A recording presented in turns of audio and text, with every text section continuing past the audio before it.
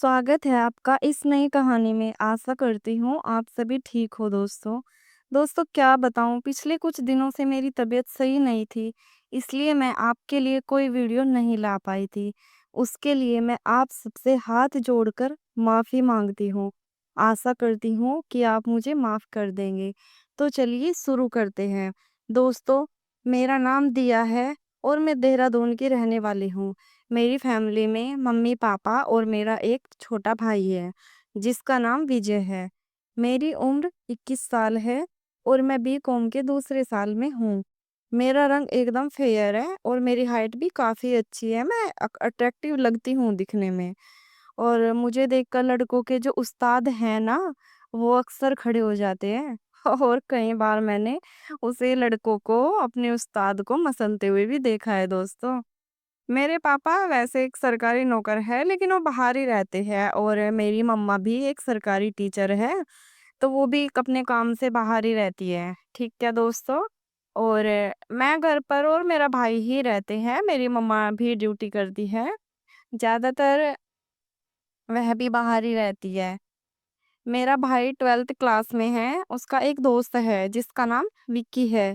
वह बहुत हट्टा-कट्टा है और हाँ, थोड़ा-सा ना अकड़ू टाइप लड़का है, लाइक गुंडे होते हैं ना जैसे, वह। उससे ज़्यादातर लोग डरते हैं, लड़कियाँ भी बात करने में हिचकिचाती है, कहीं वह उनके साथ कुछ गलत ना कर दे। वह मेरे भाई का दोस्त है, हम दोनों स्कूल एक साथ ही जाते थे। मैं कॉलेज जाती थी और वह दोनों स्कूल के लिए निकल जाते थे।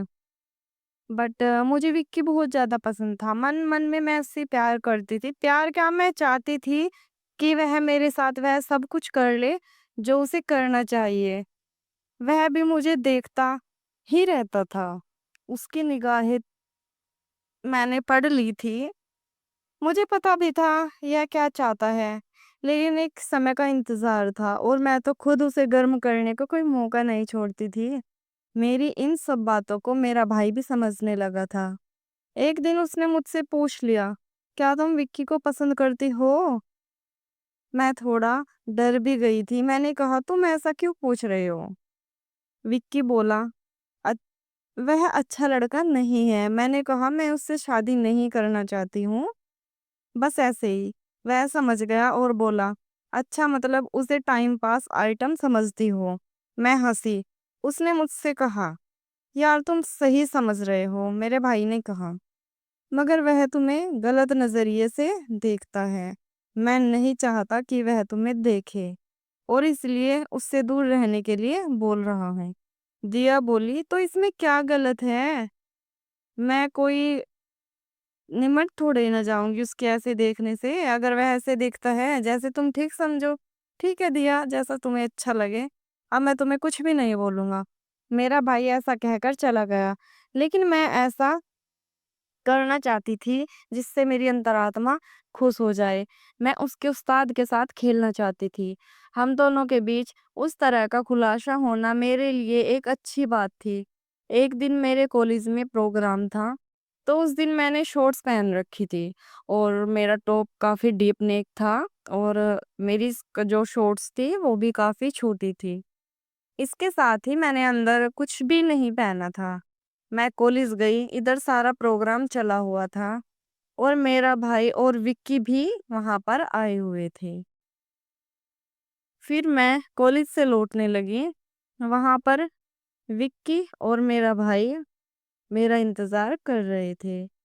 विक्की ने मुझे ऐसे देखकर बोला, अरे वाह! आज तो बड़ी मस्त लग रही हो, माल लग रही हो बिल्कुल, क्या बात! मेरा तो मन करता है कि तुम्हें यहीं पटक दूँ।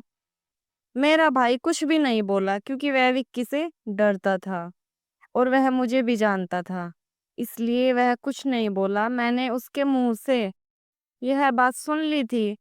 मैं उसे देखकर थोड़ा-सा मुस्कुरा दी और बोली, क्या बोल रहे हो? वह बोला, तुम क्यों मुस्कुरा रही हो? मैंने तुम्हें क्या कहा?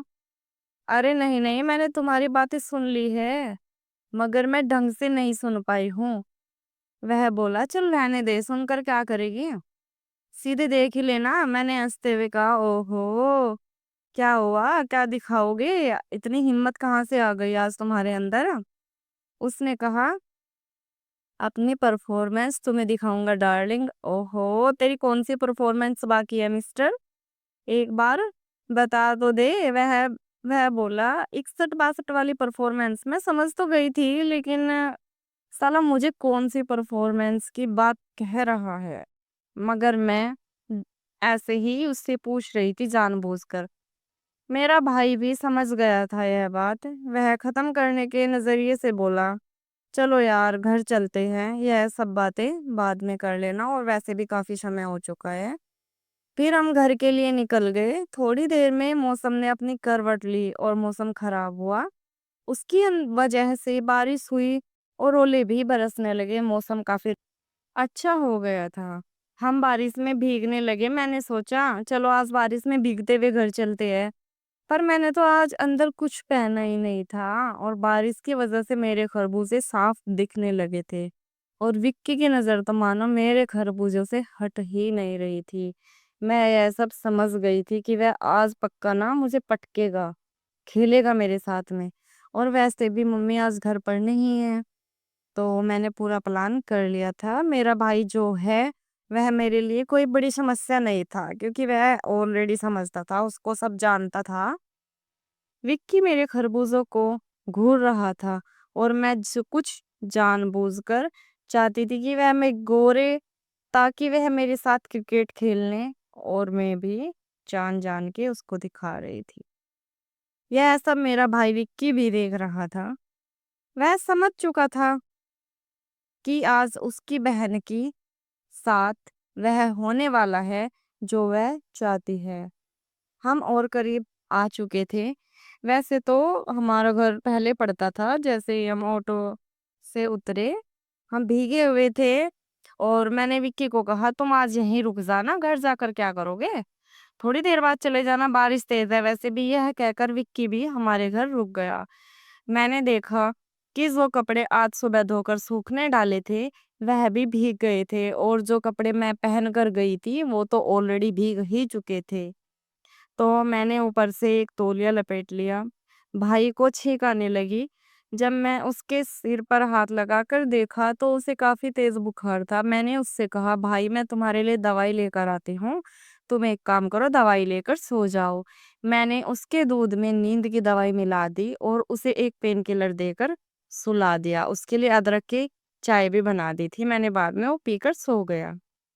और विक्की को मैं लेकर बैठ गई बरामदे में। मैंने विक्की से कहा, तुम्हारे लिए चाय लाऊं? उसने कहा, हाँ ले आओ। मैं उसके लिए भी चाय लेकर चली गई। मैं जानबूझकर विक्की से चिपक कर बैठ गई, जिससे उसका उस्ताद उठकर मुझे नमस्कार कर रहा था।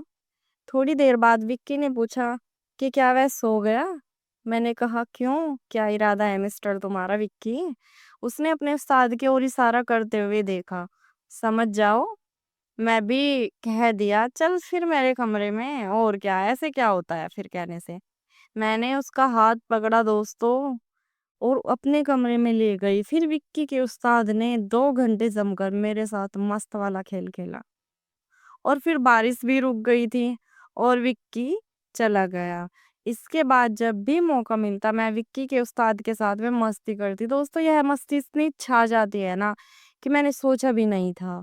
और मेरे भाई को इसके बारे में बहुत अच्छे से पता भी चल चुका था। वह कुछ बोल भी नहीं सकता था, क्योंकि वह विक्की से बहुत ज़्यादा डरता था।